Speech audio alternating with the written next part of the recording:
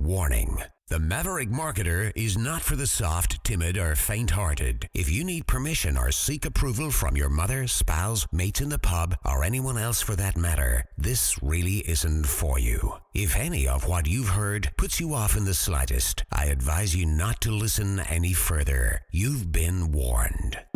Prepare yourself for the no bullshit, zero fluff. Quick, dirty, and uncensored secrets for any serious coach, trainer, consultant, or speaker who wants to earn more money with less work and fewer headaches. Without having to kiss ass or bend over backwards to please anyone.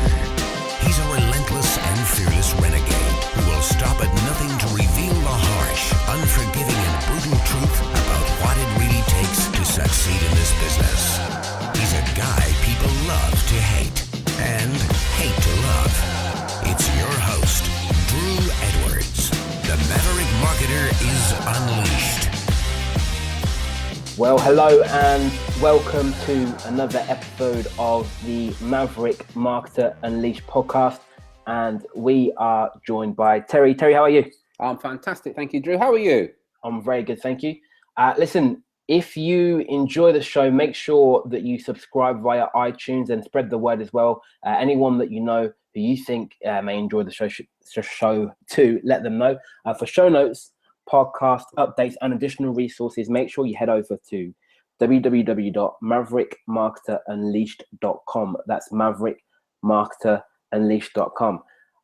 In this episode of the Maverick Marketer Unleashed, we're going to be looking at what you can learn from Disneyland. So what your coaching, training, consultancy, or speaking business can learn from Disneyland.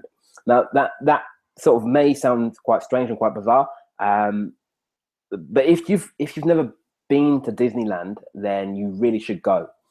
And I'll explain why in a minute. But here's why we are doing this podcast on Disneyland.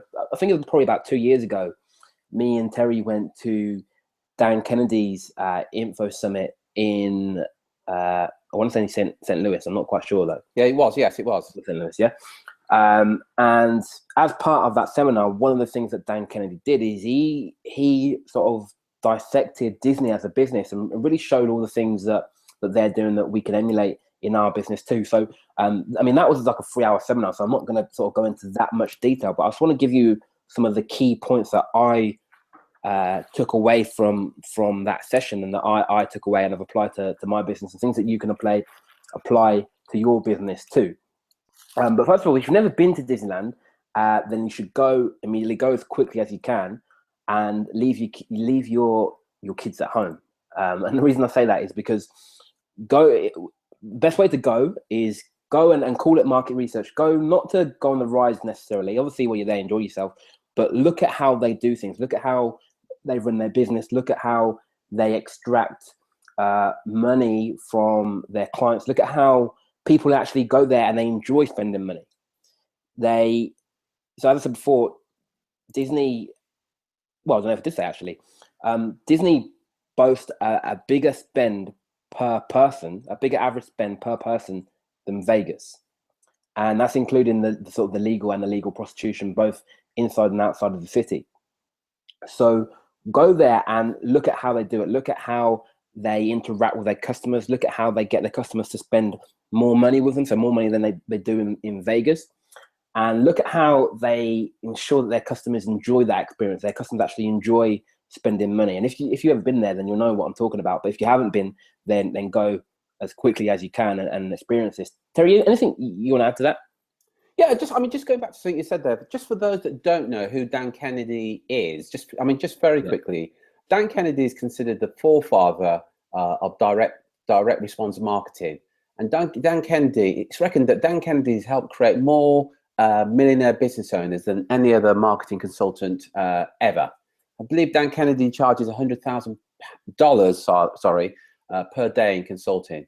This guy is worth listening to, and that's why Drew and I spent, well, I don't know, just doing this off the top of my head, probably cost about £6,000-7,000 to get over there for that event, and it was worth every penny. So this guy, Dan Kennedy, he knows what he's talking about, and he's probably also famous for, if you haven't read any of Dan Kennedy's books, he's got a whole series of no BS marketing books. You can find them on Amazon, but well worth taking this material. Just to put what Drew said there in context. And as you're listening to Drew, you're probably thinking, yeah, that's Dan Kennedy and that's Disney, but my business is different. As you're going to see in a moment, as we go along this, and Drew shares some stuff with you, there's a lot that we can learn from Disney, as you see as we go along. So I'm really looking forward to getting into this, Drew, and giving us some more examples of what coaches, trainers, consultants can learn from Disney. Yeah.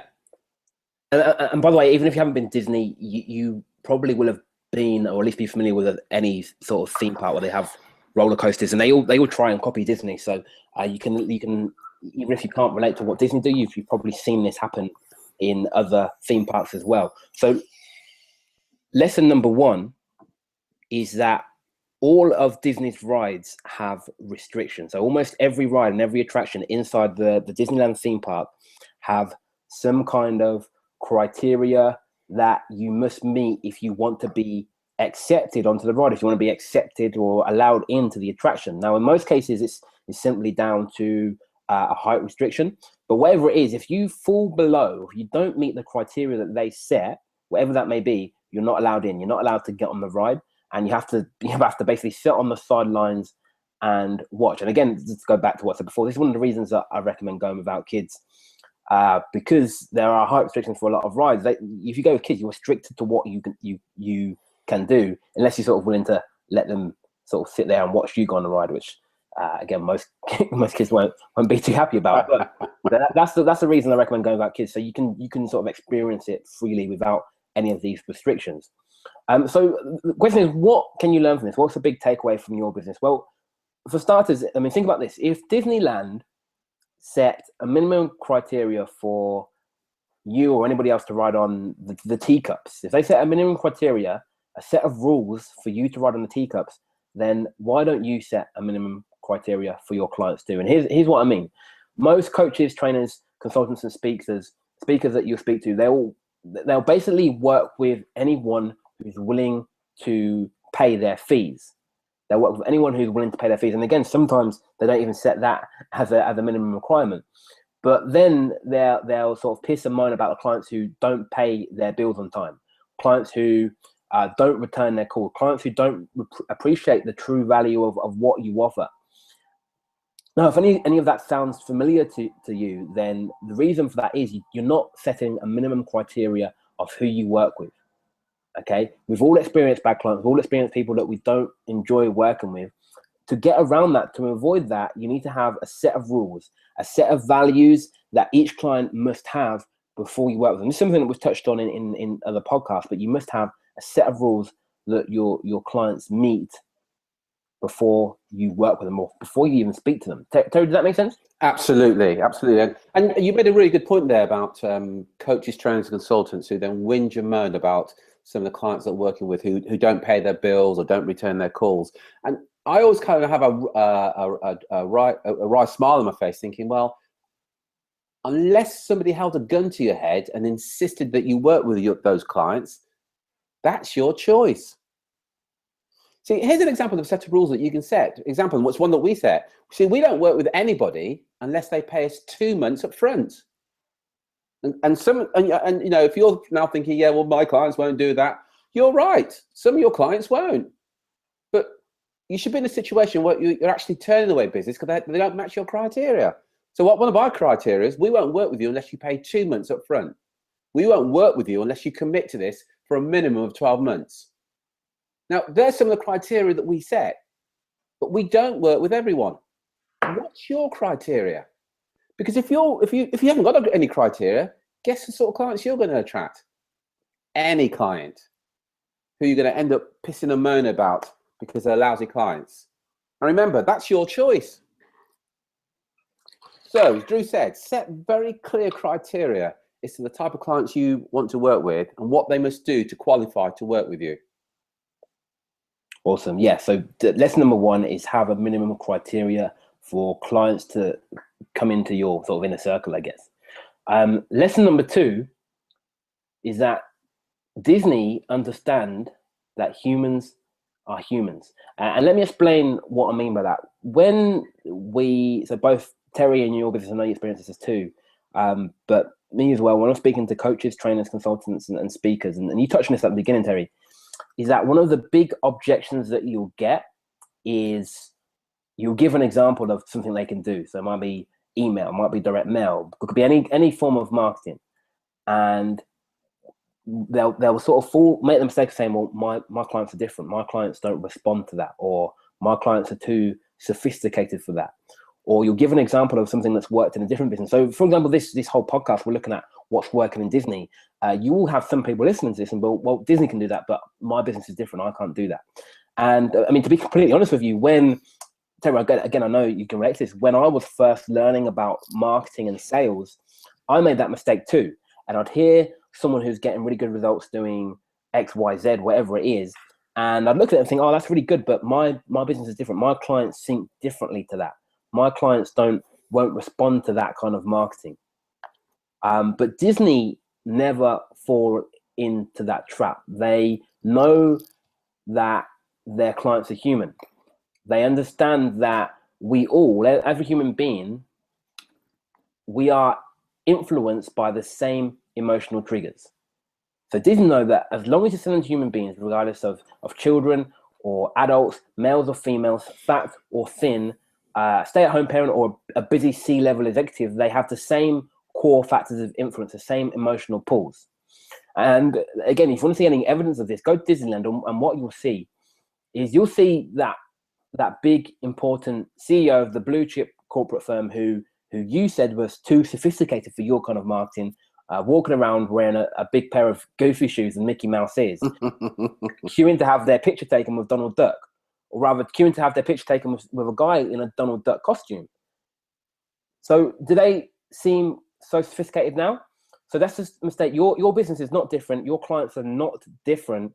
We all have the same emotional pulls. We all have the same emotional triggers. Terry, does that make sense? Perfect sense. I wanted to add to that when people say, yeah, but my You're listening to Maverick Marketer Unleashed podcast. For show notes, additional resources, and podcast updates, head over to www.maverickmarketerunleashed.com. With online marketing, a great platform is Facebook. And clients will say, well, my clients are too sophisticated to be on Facebook. Well, go and test it. One of our mantras is, your opinion doesn't matter. Neither does ours. Just go and test it. You have no idea. So unfortunately, Disney don't say, well, our markets isn't for the CEO of blue chip organizations. And they would market to that individual of a C-level executive as they will exactly the same way that they will market to a janitor or caretaker, quite honestly, in exactly the same way. Now, they may be on different platforms, but they will certainly market to them exactly the same way. And your clients are exactly the same.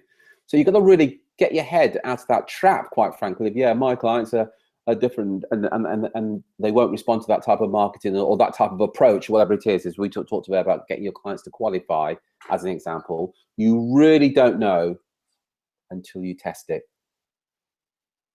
Yeah, and the example I always like to give when sort of facing this objection is that so you think about fast food restaurants, the sort of the drive-through takeaway, which we all now associate with the fast food restaurants.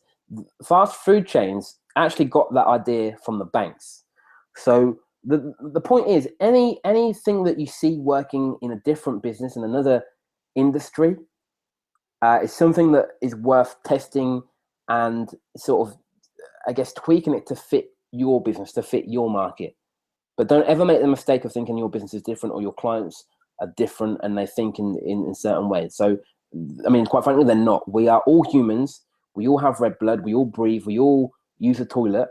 As I said it before, I'll repeat it. As long as you're selling to human beings, regardless of children or adults, males or females, fat or thin, stay-at-home parent or the busy C-level executive, they have the same core factors of influence and the same emotional pull. So it's sure that the style might change slightly as in terms of, Terry mentioned, the platform you use or even the wording you use, but it's the same emotional triggers that we all behave off the back of. Terry, does that make sense? Yeah, perfect sense. You summed that up really well, Drew.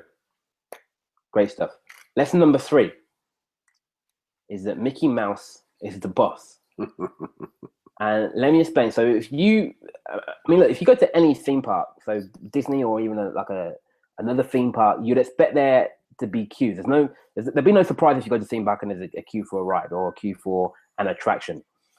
But what might surprise you about Disneyland? So last time I went, and it's happened a few times that I've been, is that the longest queue in the whole park was to meet Mickey Mouse, or rather, again, I mentioned it with my guy Donald Duck earlier, is to meet the guy or girl whose shift it is to dress up in the Mickey Mouse costume.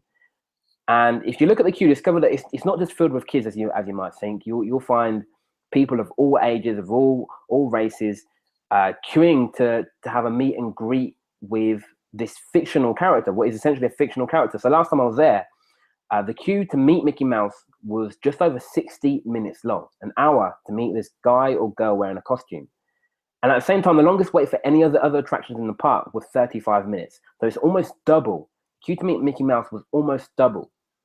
So again, the big takeaway from that is, if a guy dressed up as a fictional character can have a long queue of clients waiting for nothing more than a photograph and maybe a hug, then why can't you? It takes nothing more than, and when I say why can't you, I don't mean having a list of clients queuing up for photographs and hug, but a long list, waiting for clients, waiting to buy from you, waiting to buy your services, waiting to hire you as a coach, waiting to hear you speak, waiting to have you train their team, whatever it is. Why can't you have a waiting list in the same way? Because all it takes is you positioning yourself as the leading expert in your sector and marketing your business and marketing your services until you have a waiting list of clients who are waiting to speak with you. So when it comes to Disneyland, everyone knows that Mickey is the boss. Mickey Mouse is the boss. Everyone knows that Mickey Mouse is the go-to guy when it comes to all things Disney, just like you're the boss in your business. Just like you're the boss in your business. Just like you can be the go-to guy or girl when it comes to coaching the coaching team members, speaking, whatever it is your passion is, whatever it is that you help people with, whatever problem you solve, you can be the go-to guy when it comes to solving that problem. And it all comes down to marketing and positioning yourself in the right way. Terry, does that make sense? Yeah, and I appreciate, as you're listening to this, you're thinking, yeah, but I don't know how to do that. And I appreciate that. And why would you know if you've never been shown how to do it? And that's one of the things that we can help you with. So if you want to become the go-to coach, trainer, or consultant, drop us a line and let us know, and we'll share with you exactly what you can do, so you can have a queue of potential clients waiting to see you. And by the way, the fact that clients are coming to you and you position yourself as the go-to person, there's a lot less resistance on your fees and your rates because you're the expert. And what you find is people don't negotiate their fees with experts because it's just not the done thing. So it's a great position to be in. So if that's what you want to do, just drop us a line and let us know, and we'll show you exactly what you can do to do just that. So clients are coming to you because you're the expert in your particular niche. Great stuff.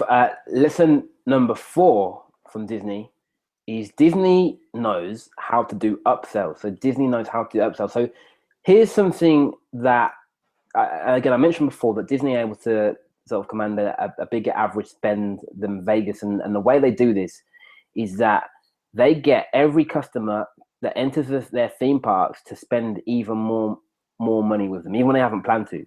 So what will happen is once you've paid for your ticket to actually enter the park, the selling doesn't stop there. So they also sell you on the option of a VIP fast track ticket, so you can avoid all the queues as well. Or not even all the queues, actually, some of the queues. You can't queue jump for Mickey Mouse unless you get the premium package. But even if you don't opt for the VIP ticket, they sell you a photograph that they've taken of you after each ride or attraction. So again, a lot of other theme parks copy this now. But if you go to Disneyland, you go on a ride, at the sort of the scariest point of the ride, or the bit where your adrenaline's at the highest point, they will take a picture of you. And after you get off the ride, they're trying to sell you that picture. Okay, and even if you don't buy the photograph of the ride, you are led through a maze of a gift shop that sells you all sorts of merchandise related to the ride or attraction that you've just been on. And even if you don't go. You're not one for going on roller coasters. They have individual shops inside the park selling Disney merchandise, from cuddly Mickey Mouse toys to sort of Disney themed Christmas decorations. Anything you think of. They even had underwear there, Disney themed underwear. Okay, they're constantly selling you merchandise. And even if you somehow imagine to avoid parting with your money during all of the bubble experiences, you're gonna once you're in the park, at one point or another, you're gonna have to buy food and drink. While you're in the park, you're gonna have to buy food and drink. If you're there for a whole day, you're gonna get hungry. You're gonna want to buy food. You're gonna want to buy a drink, which of course they can charge a premium for, because I know there's not really anywhere else you can go. So all of that combined is nothing short of genius, and it's something that you should be taking note of. So what you'll find with most coaches, trainers, consultants, and speakers is that they spend a lot of their time and a lot of their energy and resources hunting for new business, looking for new clients. And all of that is important. And I know obviously we speak about that, doing that a lot. It's really important that you are constantly doing that. But Disneyland realized, and something that you need to realize as well, that it's 100 times easier to get someone who's already spent money with you to spend more. It's easier to get that repeat business. It's easier to get someone to buy from you again than it is the first time. The first sale is actually the hardest sell you can do. So once that's done, though, it's sort of a downward slope from there. Terry, does that make sense? Yeah, and I think the other thing I'd add to that is that what Disney are doing as well, with the upsells, what's quite apparent is they're quite comfortable doing it. Now, there's no discomfort in them doing that whatsoever. And sadly, I know you're the same, Drew. We talk to owners and directors of coaches, training, and consultants firms on a daily basis. And one thing that's quite apparent is this whole discomfort about asking their client for more. But my mantra is, if you don't, somebody else will. And if you're offering a good service, it's your duty to be offering your client even more. If you're offering a really good service, it's your absolute duty. And I see Disney get that, and they've got no discomfort whatsoever in constantly upselling you and asking for more of your money. Because they're saying, look, spend more with us and you have an even better time. Spend more with us and have some food. Spend more with us and get the photograph. Spend more with us and get the VIP treatment or entry onto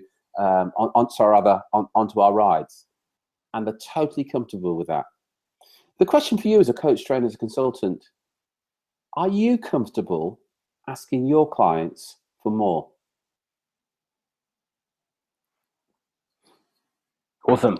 So that brings us to the end of today's show. Next week, in next week's episode, we're going to be looking at 10 things that you can learn from House of Cards. So again, I mentioned it in the email earlier this week, actually. I'm a big fan of the Netflix original series, House of Cards.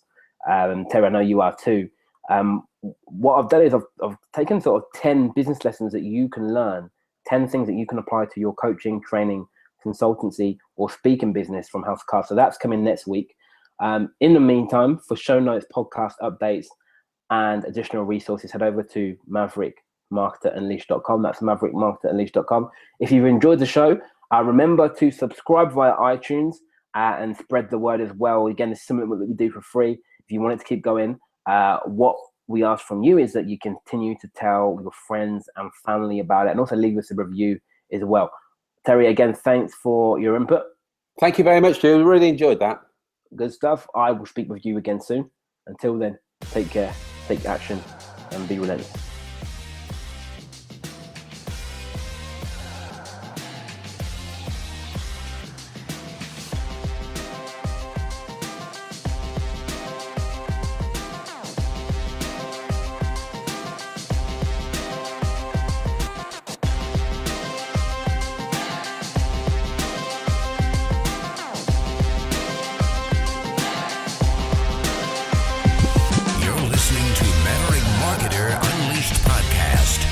Show notes, additional resources, and podcast updates, head over to www.maverickmarketerunleashed.com.